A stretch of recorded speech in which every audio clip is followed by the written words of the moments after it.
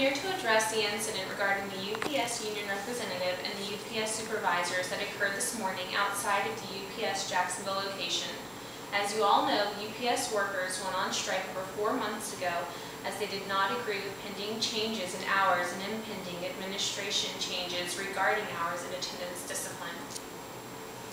There are allegations that management falsified information that was previously shared with the union during arbitration, and tempers have risen and have affected negotiations. I will address this in 3 phases. Then I will open the floor to questions. I will briefly enlighten you to the issues as seen from both sides, discuss the allegations of false information, and discuss the plans to reopen negotiations. The issues from the management side of UPS revolve around saving money and lowering the cost of doing business in order to remain competitive with other delivery companies such as FedEx.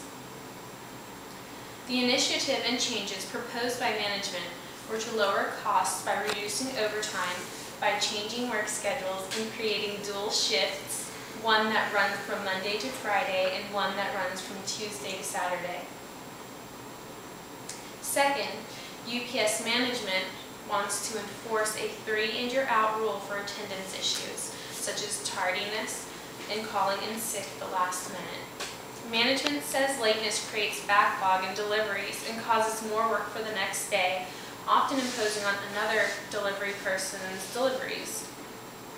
In essence, one person's lateness or not coming to work does not affect only UPS, but other coworkers as well. Third, UPS management wants to enforce additional requirements for safety issues, such as driving schools, lifting and handling tests, and further proposes that UPS employees must pass additional physical tests to keep their current positions. The union's views to these issues are as following. Creating 2 different shifts will take money from their wallets, as overtime will be reduced significantly. The union charges the fact that working overtime was presented to employees as part of their salary and benefits upon employment, and they should not lose that entitlement. Also, there are people who have not worked on Saturday, and this would create a change of working conditions that must be arbitrated before the change can be invoked.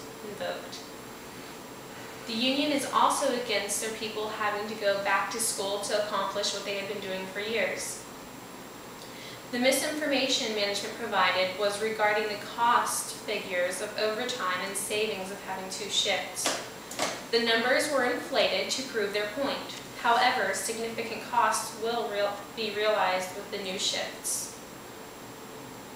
This morning, 3 supervisors were injured while trying to cross the picket line. Fortunately, no one was seriously injured. The good news is this small incident forced both sides to reassess their positions, as neither wants violence. The focus from both sides is being shifted to interest-based bargaining to see what can be accomplished to help both sides. The focus is being placed on what is wrong instead of who is wrong. And now I will take your questions. Yes? So does management have any plans to maybe raise some salaries to compensate for some of the overtime the employees will lose?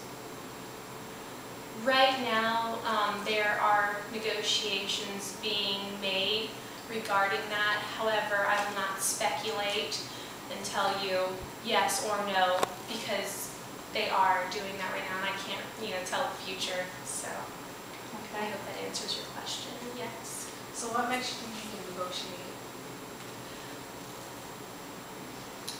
Well, UPS hires great people as employees, and we pride ourselves on the character of our employees, and we believe that since this incident, we've both taken a step back and reassessed the situation, and we both sides believe that we will be able to work amicably together and come to a solution.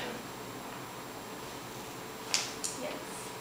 Under the current union contract, how can you force the employees for a change? Well, the contract is up, and that's why negotiations are being made right now. Are there any more questions? Okay. Thank you.